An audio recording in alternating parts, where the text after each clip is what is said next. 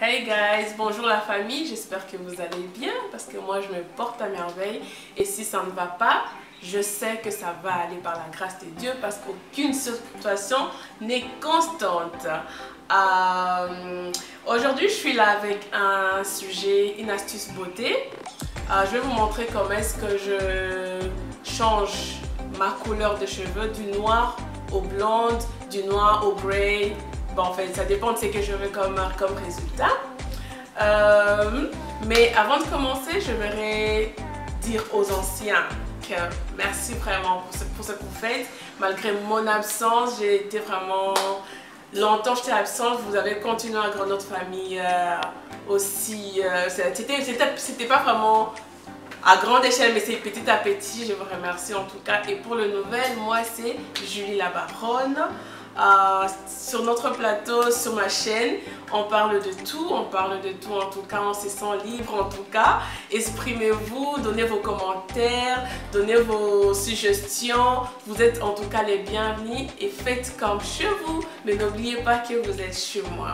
Mais avant de continuer, j'aimerais vous dire de aimer et partager la vidéo, de vous abonner et de commenter. Et de me dire ce que vous pensez à propos de ce que je vais faire aujourd'hui, ce que je vais vous montrer aujourd'hui. Si vous avez d'autres expériences que vous voulez que je fasse en tout cas, elles sont toutes bienvenues.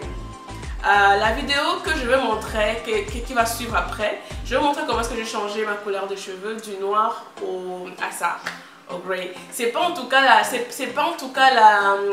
le résultat final, et c'est les résultats que j'ai.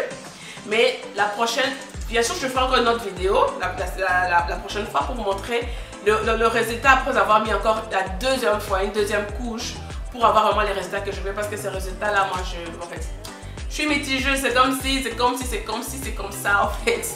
Je suis pas vraiment satisfaite avec les résultats que j'ai. So, je ferai la vidéo, l'autre vidéo, je pourrai encore mettre une deuxième couche pour avoir un autre résultat et je vous reviendrai, je vais vous montrer les résultats.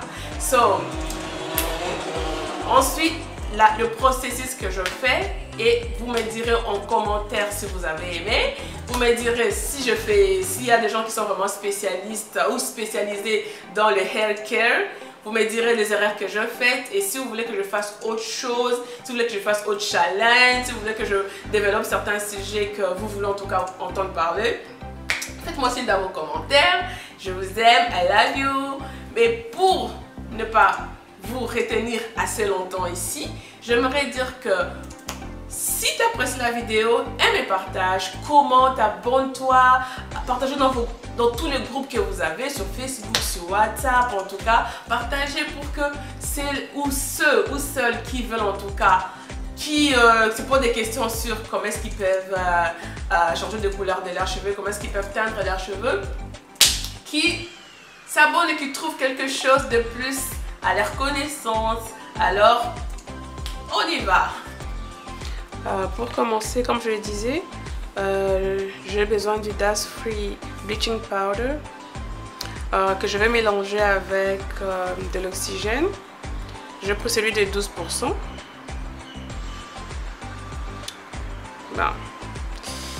On passe au mélange pour avoir une pâte homogène. Voilà, il faudra mettre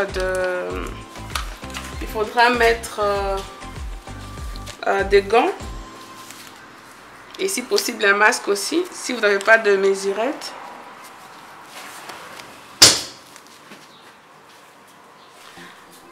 Il faudra mettre des gants et un masque aussi si vous n'avez pas de mesurette comme moi. Normalement je sais la quantité que je mets. J'ai pas besoin de mesurer. Voilà. Parce que j'ai pas de longs cheveux, j'ai des courts cheveux, alors ça sera suffisant.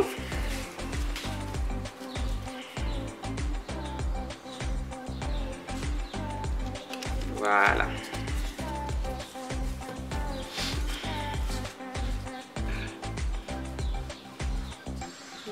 J'ai besoin d'une pâte vraiment homogène pour l'application.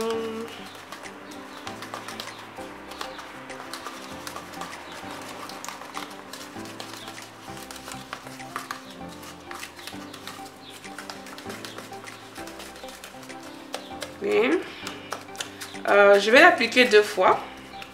Parce que la première fois, je sais que ça aura une couleur un peu...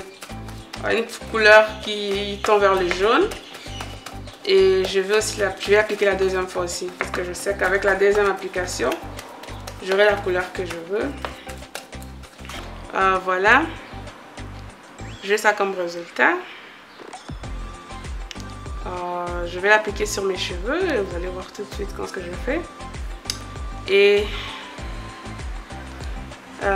après avoir appliqué, je vais utiliser un shampoing de mon choix. Tu peux utiliser un shampoing qui est prévu pour des cheveux blondes ou des cheveux qui sont... si tu veux que tes cheveux tendent vers du silver. Après l'application, tu peux utiliser les shampoings de ton choix. Si tu veux que la couleur aille vers le blonde, tu peux appliquer ces shampoings. Ça dépend de... c'est ton choix en tout cas. Et si tu veux comme moi, que les résultats aillent vers le gray, tu appliques les shampoings silver. Bon, alors on passe à l'application.